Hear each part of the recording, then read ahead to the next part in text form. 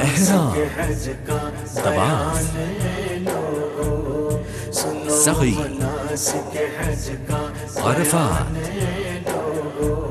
رمی، قربانی، حلق،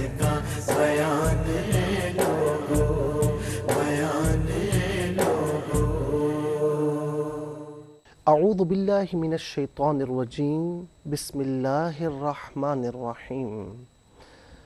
نحمدہ ونصلی ونسلم علی رسولہ الکریم اما بعد اللہم صلی علی سیدنا ومولانا محمد وعلی آلہ وصحبہ وبارک وسلم۔ محترم ناظرین و سامعین، پروگرام مناسک حج کے ساتھ آپ کی خدمت میں آپ کا میزبان حاضر ہے۔ کل کے پروگرام میں ہم نے بات کی حج کے جو حج کی اقسام ہیں، یعنی حج قران ہے، حج تمتع ہے، حج افراد ہے، اس کو ڈیٹیل سے ہم نے آپ کی خدمت میں عرض کیا۔ پھر اس کے بعد احرام کی تعریف، احرام باندھنے کا جو طریقہ ہے وہ بھی ہم نے بیان کیا، اور ہم بات کر رہے تھے کہ جو ہے وہ نیت جو ہے وہ کہاں کی جائے۔ تو ایک بات ہم نے یہ عرض کی تھی کہ بہت سے بھائی،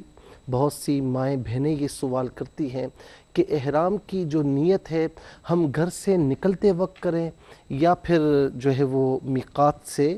پہلے کر لیں۔ تو ہم نے یہی عرض کیا کہ سہولت اسی میں ہے کہ آپ احرام جو ہے وہ گھر سے زیبتاً فرما لیں۔ ظاہر ہے کہ جو دو چادریں ہیں اس کی تفصیل ہم آپ کو بتا چکے ہیں، اور جو عورتیں ہیں، خواتین ہیں، تو وہ جو ہے وہ کپڑے پہن لیں، اور خاص طور پر یہ حسب معمول جو سلے ہوئے کپڑے ہوتے ہیں وہ پہن لیں، اور اس میں جو ہے وہ نوافل بھی اگر مکروہ وقت نہیں ہے تو پڑھ لیں۔ اس کی تفصیل بھی بتا چکے ہیں، اور یہ بھی کر سکتے ہیں کہ جب آپ ایئرپورٹ پہ جاتے ہیں تو وہاں پر بھی ویٹنگ لاؤنج میں جب آپ بیٹھتے ہیں تو کافی وقت ہوتا ہے، تو اس میں بھی اگر مکروہ وقت نہ ہو تو وہاں بھی پڑھ سکتے ہیں، اس میں کوئی قباحت نہیں۔ یہ ہے کہ نوافل پڑھنے کے بعد نیت اگر کریں گے تو اس میں بعض اوقات ہمارے جو بھائی، ہماری بہنیں پہلی مرتبہ جا رہے ہوتے ہیں تو ظاہر ہے کہ انہیں ہار بھی پہنایا جاتا ہے، بڑی خوشی کا اظہار بھی کیا جاتا ہے۔ اگر آپ نے احرام کی نیت کر لی تو اس میں کیا ہوگا کہ آپ کوئی خوشبودار چیز پہن نہیں سکتے، یعنی ہار وغیرہ نہیں پہن سکتے۔ تو بہتر یہ ہے کہ نوافل پڑھ لیں، نیت موقوف کر لیں۔ اس کا فائدہ یہ ہوگا کہ اب تک آپ پر احرام کی جو کنڈیشنز ہیں وہ لاگو نہیں ہوں گی۔ آپ خوشبو وغیرہ بھی لگا سکتے ہیں، یا پھر آپ کوئی خوشبودار چیز وغیرہ کھا بھی سکتے ہیں، تو اس میں کوئی شرعی قباحت نہیں، آپ ہار وغیرہ بھی پہن سکتے ہیں۔ ہاں، اتنا ضرور ہے کہ میقات سے پہلے کیونکہ میقات کو بغیر احرام کے کراس نہیں کر سکتے، اور ہمارا میقات جو ہے وہ پڑتا ہے یلملم اور اس کی جو گرد و نواح ہے۔ اور ناظرین، ہمارے لیے یہ آسانی ہے کہ باقاعدہ جہاز میں یہ اعلان کیا جاتا ہے، جب اعلان ہو تو اس وقت جو ہے وہ نیت فرما لیں۔ نیت کرنے کے بعد اب آپ پر احرام کی جو کنڈیشنز ہیں وہ لاگو ہو جائیں گی۔ اب ناظرین، احرام کی کنڈیشنز کیا ہیں، کیا چیزیں حرام ہیں، کیا چیزیں مکروہ ہیں، کیا چیزیں جائز ہیں، اس کی بھی تفصیل ہم عرض کریں گے۔ ہاں، اب یہ ہے کہ نیت کرنے سے پہلے جو ہمارے بھائی ہیں اگر سر پر ٹوپی وغیرہ پہنی ہے یا امامہ شریف وغیرہ پہنا ہے تو اسے اتار دیں، اور اتارنے کے بعد اب جو ہے اس طریقے سے نیت کریں: اللہم انی ارید العمرۃ فیسرھا لی وتقبلھا منی واعنی علیھا وبارک لی فیھا نویت العمرۃ واحرمت بھا للہ تعالی۔ اس کا مطلب یہ ہے، ترجمہ یہ ہے کہ اے اللہ، میں عمرے کا ارادہ کرتا ہوں، اسے میرے لیے آسان فرما، میری طرف سے اسے قبول فرما، اور اس کی ادائیگی میں میری امداد فرما، مدد فرما، اس کو میرے لیے بابرکت فرما۔ میں نے عمرے کی نیت کی اور اللہ کے لیے اس کا احرام باندھا۔ اب یہ نیت کر لی آپ نے، احرام کی کنڈیشنز آپ پر لاگو ہو گئی۔ اتنا میں ضرور عرض کروں گا اس میں کہ اگر آپ حج تمتع کر رہے ہیں تب بھی یہی نیت کریں گے کہ آپ کو عمرہ ادا کرنا ہے، اور جو ہے وہ عمرے کی فقط عمرہ ادا کر رہے ہیں تو تب بھی یہی نیت ہوگی کہ آپ نے جو ہے وہ عمرے کی نیت کرنی ہے اسی طریقے سے۔ ہاں، نیت دل کے ارادے کا نام ہے، زبان سے کہہ لینا یہ اچھی بات ہے، مستحب امر ہے۔ اگر دل میں آپ نے نیت کی ہے، زبان سے نہیں بھی کہا تو نیت دل کے ارادے کا نام ہے۔ دوسری اہم بات کہ یہ عربی کی دعائیں سنت ہیں، میرے مصطفیٰ علیہ السلام سے ثابت ہیں، لیکن اگر کسی کو عربی نہیں آتی صحیح طریقے سے تو وہ اپنی مادری زبان میں بھی نیت کر سکتا ہے۔ فقط یہ بھی کہہ سکتے ہیں کہ میں نے عمرے کی نیت کی اور اس کے ذریعے میں اللہ کی بارگاہ میں محرم ہوا، تو یہ بھی نیت کی جا سکتی ہے، اپنی مادری زبان میں آپ نیت کر سکتے ہیں، اس میں کوئی شرعی قباحت نہیں ہے۔ اسی طریقے سے حج قران کوئی کر رہا ہے، میں نے پہلے بھی اس کی تفصیل عرض کی ہے، میں دوبارہ جو ہے وہ اس کی طرف اشارہ کر رہا ہوں کہ عمومی طور پر یعنی جو مہینہ یا سوا مہینہ پہلے جاتے ہیں، جیسے ابھی فلائٹس شروع ہو چکی ہیں، تو ظاہر ہے کہ ابھی حج میں کچھ ٹائم باقی ہے، تو اس صورت میں کیا ہے کہ حج قران یعنی ممکن نہیں ہوگا، کیونکہ ایک یعنی اچھا خاصا پیریڈ حج میں باقی ہے، اور ظاہر ہے کہ جو قارن ہوتا ہے عمرہ کرنے کے بعد اس کا احرام نہیں اترتا، تو وہ ایک لمبے پیریڈ تک اس طرح احرام کی حالت میں رہے تو اس کے لیے ممکن نہیں ہے۔ ہاں، جو اینڈ ٹائم پر جاتے ہیں، حج سے 2 یا 3 دن پہلے جاتے ہیں یا 1 یا 2 دن پہلے جاتے ہیں، تو ان کے لیے حج قران آسان ہے۔ بہرحال کوئی حج قران کر رہا ہے تو اب وہ کس طریقے سے نیت کرے گا؟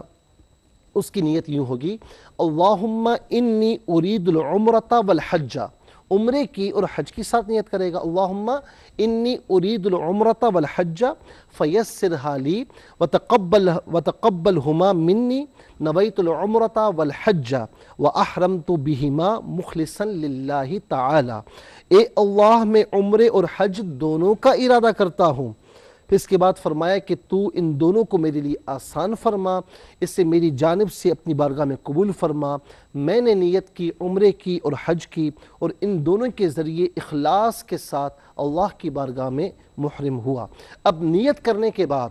ایک مرتبہ لبیک اللہم لبیک، لبیک لا شریک لک لبیک، ان الحمد والنعمت لک والملک لا شریک لک، میں حاضر ہوں یا اللہ، میں حاضر ہوں، تیرا کوئی شریک نہیں، بس میں حاضر ہوں، بے شک تو تمام خوبیاں اور نعمتیں تیرے لیے ہیں اور تیرا ہی ملک ہے، اس میں کوئی شریک نہیں۔ ناظرین، یہ لبیک جو ہے نا، یہ حاجی کے لیے ورد ہے، یا عمرہ کرنے والے کے لیے جب وہ نیت کرتا ہے تو یہ ورد کی حیثیت رکھتا ہے، اس کی بڑی فضیلت ہے۔ ایک مرتبہ لبیک اللہم لبیک، اس سے ہم کہتے ہیں تلبیہ، تو ایک مرتبہ جو ہے وہ اس کے لیے کہنا لازمی ہے، اور 3 مرتبہ تلبیہ پڑھ لے تو یہ اس کے لیے اچھا عمل ہے، افضل ہے۔ اور اب تلبیہ کے متعلق یہ عرض کرتا چلوں، یعنی لبیک اللہم لبیک، اس کی بڑی فضیلت ہے کہ حضور نبی کریم علیہ السلام نے کیا ارشاد فرمایا۔ عن سہل بن سعد رضی اللہ تعالی عنہ قال قال رسول اللہ صلی اللہ علیہ وسلم، سہل بن سعد رضی اللہ تعالی عنہ سے روایت ہے، کہتے ہیں کہ رسول اللہ صلی اللہ علیہ وسلم نے فرمایا کہ ما من مسلم یلبی الا لبا من عن یمینہ وشمالہ من حجر او شجر او مدر حتی تنقطع الارض من ہا ہونا و ہا ہونا۔ فرمایا کہ کوئی مسلمان جب تلبیہ پڑھتا ہے تو اس کے آس پاس یعنی پورے روئے زمین میں جو بھی شجر ہیں، درخت ہیں، جو بھی یعنی پتھر ہیں یا ڈھیلا ہے، کوئی بھی چیز ہے، ہر چیز اس کے ساتھ تلبیہ پڑھنا شروع کر دیتی ہے۔ اور حضور نبی کریم علیہ السلام نے فرمایا کہ جب لبیک کہنے والا لبیک کہتا ہے، تلبیہ پڑھتا ہے، تو اسے خوشخبری سنائی جاتی ہے۔ کس بات کی؟ عرض کی گئی یا رسول اللہ کیسی خوشخبری؟ فرمایا آقا علیہ السلام نے کہ جنت کی خوشخبری سنائی جاتی ہے۔ ہاں، جنت کی خوشخبری اسے سنا دی جاتی ہے کہ اس کے لیے جنت ہے۔ اب ناظرین، لبیک آپ نے پڑھ لیا، احرام کی کنڈیشنز آپ پر لاگو ہو چکی ہیں، اور اس کے بعد اب یعنی احرام کی کون سی باتیں احرام میں حرام ہیں، کون سی باتیں مکروہ ہیں، کون سی باتیں جائز ہیں، اس پر ذرا سا ہم گفتگو کرتے ہیں، کیونکہ میں نے پہلے بھی عرض کیا کہ ہم احرام مانتے ہیں، اب اس وقت توجہ نہیں ہوتی، لاپرواہی ہوتی ہے، ہمیں کچھ پتہ ہی نہیں ہوتا، لوگ بتاتے ہیں، پھر ہر کوئی مفتی بھی بن جاتا ہے، ہر کوئی عالم دین بھی بن جاتا ہے، تو لہٰذا ہمیں سیکھنا چاہیے، سیکھ کر کریں گے تو انشاءاللہ بڑے فوائد مرتب ہوں گے، اور انشاءاللہ حج کا ثواب، عمرے کا ثواب بھی عطا فرمایا جائے گا کما حق کہو۔ اب اس میں چند باتیں حرام ہیں، اس سے ذرا نوٹ فرما لیں۔ میں اکثر کہتا ہوں کہ آپ یہ چونکہ ایک نشست کی حیثیت رکھتا ہے یہ پروگرام، تو آپ اپنے پاس قلم کاپی ضرور رکھ لیں، تو کوئی بھی اچھی بات ہو، اہم بات ہو، اسے نوٹ فرما لیں، کیوں کہ آپ سنیں گے تو آپ کے ذہن میں ایک بات آ جائے گی، لیکن بعد میں وہ ہو سکتا ہے کہ وہ ذہن سے نکل جائے، لیکن لکھا ہوا ہے تو وہ محفوظ ہے، آپ کبھی بھی پڑھ سکتے ہیں اور کبھی بھی اسے یاد کر سکتے ہیں، ذہن نشین کر سکتے ہیں۔ نمبر ایک، مردوں کے لیے یہ ہے کہ سلائی کیا ہوا کپڑا پہننا ان کے لیے حرام ہے، سر پر ٹوپی اوڑھنا، امامہ یا رومال وغیرہ باندھنا یہ بھی حرام ہے۔ مرد کا، اب میں جو بھی باتیں کہہ رہا ہوں یہ تمام کی تمام باتیں حرام ہیں۔ مرد کا سر پر کپڑے کی گٹھری رکھنا یہ بھی حرام ہے، ہاں عورتوں کے لیے نہیں ہے، کیونکہ عورتوں کے لیے سر بھی اوڑھنا ہے، اور اس کے علاوہ جو ہے وہ کوئی چادر وغیرہ بھی اوڑھ سکتی ہیں، فقط ان کے لیے چہرے کا معاملہ ہے کہ چہرہ وہ کھلا رکھیں۔ اسی طریقے سے جو ہے وہ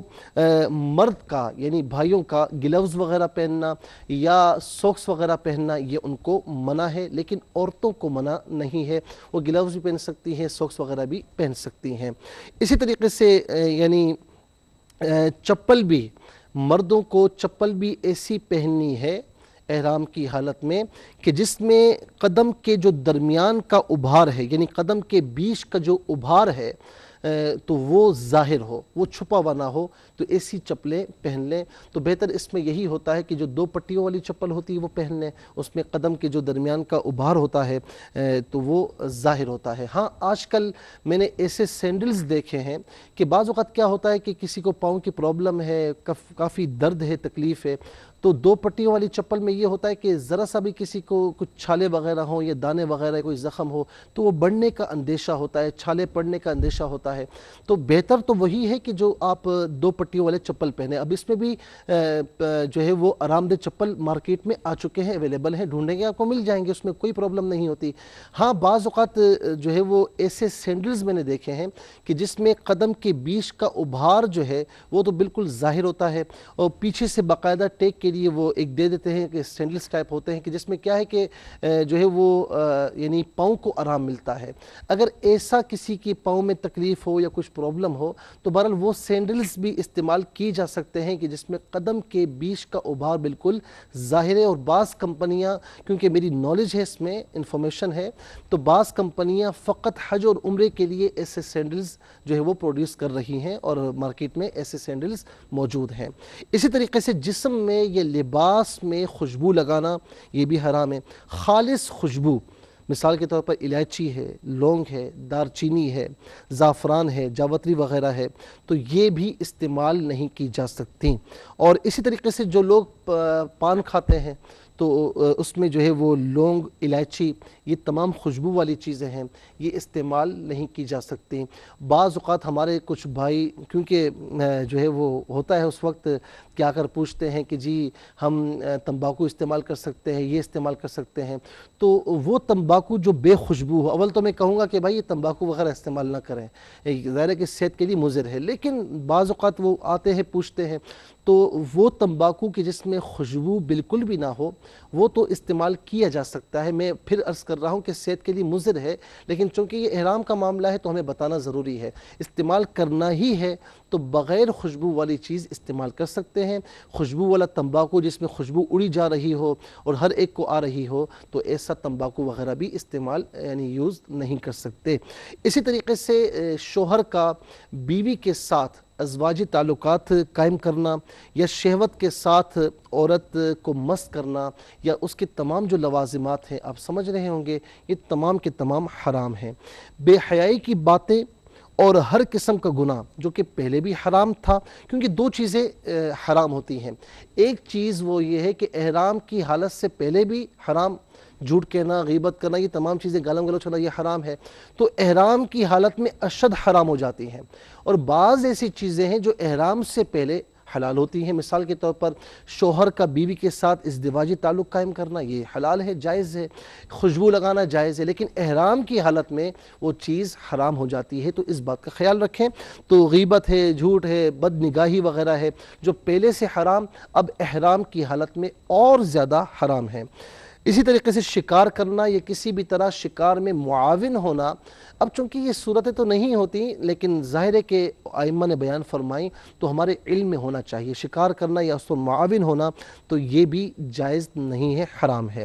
اپنا یا دوسرے کا ناخن کترنا یا دوسرے سے اپنا ناخن کتروانا یہ بھی جائز نہیں ہے۔ سر یا داڑھی کے بال کاٹنا، اسی طریقے سے غیر ضروری جو بال ہے وہ صاف کرنا یہ بھی جائز نہیں ہے۔ بعض اوقات جو ہے وہ بال کو ڈائی کیا جاتا ہے تو وہ بھی احرام کی حالت میں جائز نہیں ہے۔ اسی طریقے سے جو ہے وہ تیل کہ جس میں خوشبو ڈالا گیا ہو، جس میں خوشبو ڈالی گئی ہو تو وہ تیل بھی آپ یوز نہیں کر سکتے۔ ہاں وہ تیل کی جو بے خوشبو ہو، بعض ائمہ نے یہ فرمایا کہ زیتون کا تیل ہے، تل کا تیل ہے، اس میں خوشبو ڈالو یا نہ ڈالیں تو وہ خوشبو والا تیل ہی کہلاتا ہے، تو اس میں احتیاط برتیں کہ زیتون کا تیل اور تل کا تیل۔ لیکن بعض بے خوشبو اگر تیل ہو اور کچھ سر میں پرابلم ہو رہی ہو تو اسے استعمال کیا جا سکتا ہے، لیکن خوشبو والا جو تیل ہے اسے استعمال کرنا جائز نہیں ہے۔ کسی کا سر مونڈنا، خواہ وہ احرام میں ہو یا نہ ہو، آپ احرام میں ہیں، آپ نہ اپنا سر مونڈ سکتے ہیں نہ کسی اور کا سر مونڈ سکتے ہیں۔ اسی طریقے سے جو ہے وہ احرام میں کچھ باتیں مکروہ ہیں، وہ بھی سماعت فرما لیں۔ جسم کا میل چھڑانا، بال یا جسم بغیر خوشبو کے صابن وغیرہ سے دھونا، خوشبودار صابن کا استعمال وہ جائز نہیں ہے۔ بعض ائمہ نے اس کی اجازت دی لیکن بہرحال خوشبو والا صابن استعمال کرنے سے احتیاط کریں۔ سر یا داڑھی کے بالوں میں کنگھی کرنا، اس طرح کھجانا کہ بال ٹوٹنے کا اندیشہ ہو، کرتا یا شیروانی وغیرہ پہننے کی طرح کاندھوں پر ڈال دینا، جان بوجھ کر خوشبو سونگھنا، خوشبودار پھل جیسے مثال کے طور پر لیمو ہے، پودینہ ہے، اس طرح کوئی ایسے پھل ہو کہ جس پہ بہت زیادہ خوشبو آ رہی ہو اسے سونگھنا، عطر فروش کی دکان پر جہاں عطر کی دکان ہے عطر والے کے پاس اس نیت سے بیٹھنا کہ یہاں سے خوشبو آئے تو یہ بھی مکروہ ہے۔ اور اسی طریقے سے مہکتی خوشبو کو ہاتھ سے چھونا، ہاتھ پہ نہ لگے تو مکروہ ہے، ہاتھ سے چھونا بھی مکروہ ہے، لیکن ہاتھ پر لگ جائے تو یہ جائز نہیں ہے، ہم پہلے بھی عرض کر چکے ہیں۔